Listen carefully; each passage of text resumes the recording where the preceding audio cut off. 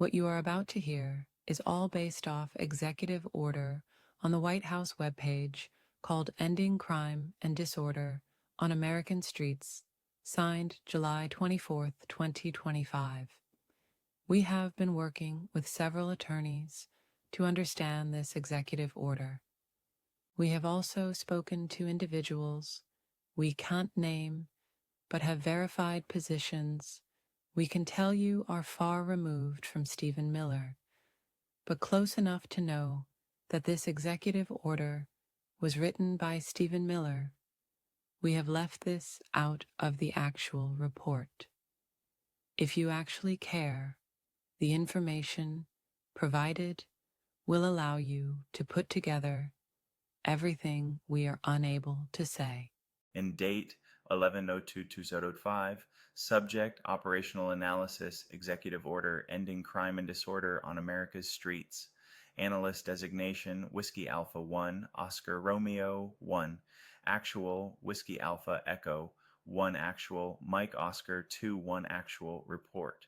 Purpose: to present factual assessment and potential national level implications of the July 24th, 2025 executive order issued by the President of the United States. Overview. On July 24th, 2025, the President signed an order titled Ending Crime and Disorder on America's Streets. The official executive order will be tagged in description. Publicly, it was marketed as a strategy to restore law, order, and compassion by removing the homeless from unsafe conditions. Internally, the language is far broader, reaching deep into the categories of citizens the federal government may identify, detain, or compel into institutional treatment centers that do not exist. It states citizens may not be released until institutional treatment is completed, even if there is no institution, jail, treatment center, hospital, etc. It specifically states that if law enforcement deems a citizen must be detained or compelled into an institutional setting by law enforcement, and there is nowhere for the citizen to go, they cannot be released. Legal scope and target population. The order directs the Departments of Justice, Health and Human Services, and Housing and Urban Development to coordinate the civil commitment or institutional treatment of persons who, Group 1, suffer from serious mental illness or have a history of serious mental illness. This is so broad that a veteran with PTSD could be forced into a civil commitment or institutional treatment, or a family member that is bipolar, autistic, deemed to have a mental illness that is not recognized or accepted in the medical community. This means the Department of Health can state that anyone who is LGBTQ can be labeled as someone with a serious mental illness by the Secretary of Health. The current RFK during a congressional oversight hearing last month stated it is the policy of the Department of Health that gender dysphoria is not considered a serious mental illness. This is the sole opinion of a cabinet member selected by the government, and hundreds of peer-reviewed studies state gender dysphoria, and it has never been classified as a mental illness. Not a single peer-reviewed medical study supports the classification of gender dysphoria as a mental illness. Group 2. Those who are actively using or addicted to drugs, or those who have struggled with prior addiction, meaning someone who once abused pain meds and sought help and has been clean for 20 years falls into the same category of someone actively addicted to drugs.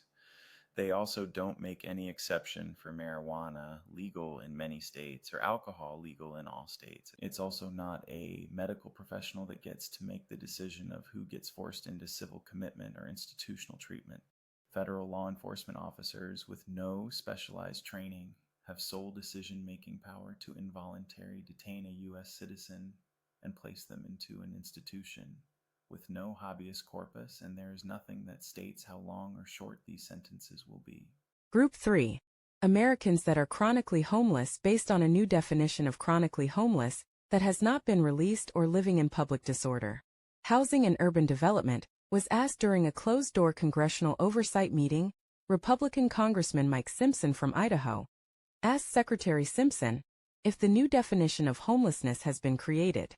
The secretary responded, "The definition of chronically homeless is actively being worked on by the White House, Department of Justice, and Homeland Security."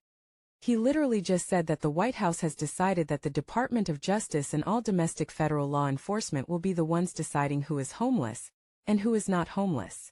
Based on the vague wording within this executive order, states that being declared homeless can be applied to citizens who are physically homeless, citizens receiving any housing subsistence. In summary, they have created a massive gray area in all three of these groups. Nearly every American could fall into one of these three groups. Nowhere does the executive order define or state what rights citizens have. That omission creates a legal vacuum. Without definitions, interpretation falls to whoever enforces it. Serious mental illness could include schizophrenia or depression. Addiction might mean heroin use or a patient on legally prescribed Suboxone. Chronically homeless could mean living outdoors or sleeping in a car between jobs. Under this framework, anyone with a mental health history, an addiction record, or visible poverty could technically qualify for involuntary custody. Custody without capacity. The order states that such individuals must be moved into treatment centers, assisted outpatient programs, or other facilities. Yet the United States does not possess the capacity to make that statement operational.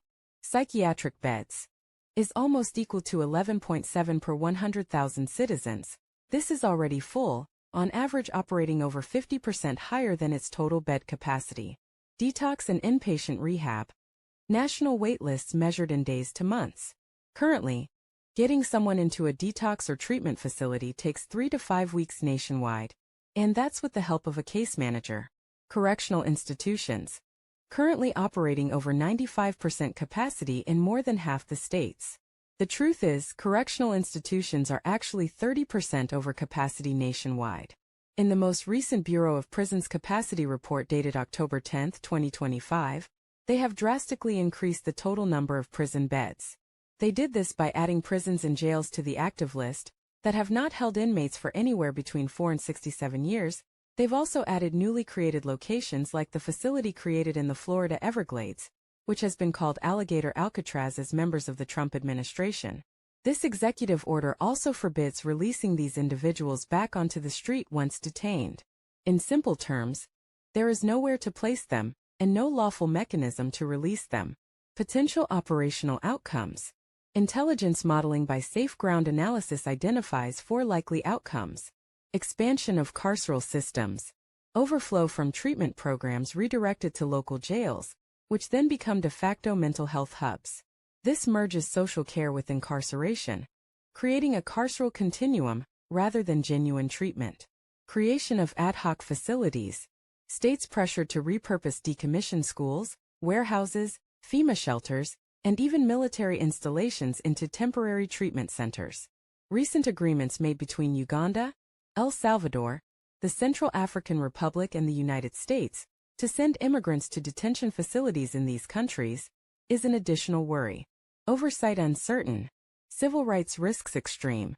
Administrative internment pipeline federal funding incentives may encourage rapid placement, effectively detaining citizens first and reviewing justification later. The language, appropriate facilities for appropriate periods of time, lacks duration limits. Data-driven target identification. Because the order allows agency coordination, old medical records, prescription histories, and case management data could become flags for potential civil commitment. This would represent the first nationwide system linking health records to law enforcement triage since the Patriot Act. ICE has already been given full access to Medicaid and Medicare records for the alleged purpose of identifying the location of illegal migrants. This means law enforcement already has every American that has ever been on Medicaid or Medicare's health records. The executive order would give an ICE agent the ability to search someone's medical record while being detained. If the officer believes that they see something in the citizen's medical charts that supports mental health or addiction treatment, that ICE officer could have that citizen committed and institutionalized in a process that operates without a citizen's rights to habeas corpus. Unanswered questions. Where will people go? The order offers no logistics, construction budget, or capacity plan. Who qualifies as mentally ill or addicted? Without definition, anyone can be reclassified through bureaucratic interpretation. What happens when there is no bed? The text forbids release, leaving detention as the default. Is mass infrastructure under development? No public records confirm large-scale construction, but state procurement requests for temporary housing modules have increased sharply since August 2025. Analyst assessment: the Ending Crime and Disorder Order, if executed literally, could result in the largest domestic detention operation in modern U.S. history, cloaked in the language of public health. It expands federal leverage over local policing through grant funding rather than new law, thus sidestepping congressional oversight. It redefines help in a way that could justify indefinite confinement of people who are not criminals, not violent, and not dangerous, merely labeled inconvenient. Without a dramatic increase in genuine treatment infrastructure, this order risks transforming humanitarian care into bureaucratic containment. Strategic warning: if capacity does not exist, capacity will be created. The only questions are where and under whose authority. Whether through FEMA conversion, privatized detention contracts, or joint state-federal centers, the infrastructure to hold citizens deemed unfit for public life will have to manifest somewhere. History shows that once such systems appear, they rarely dissolve. They expand.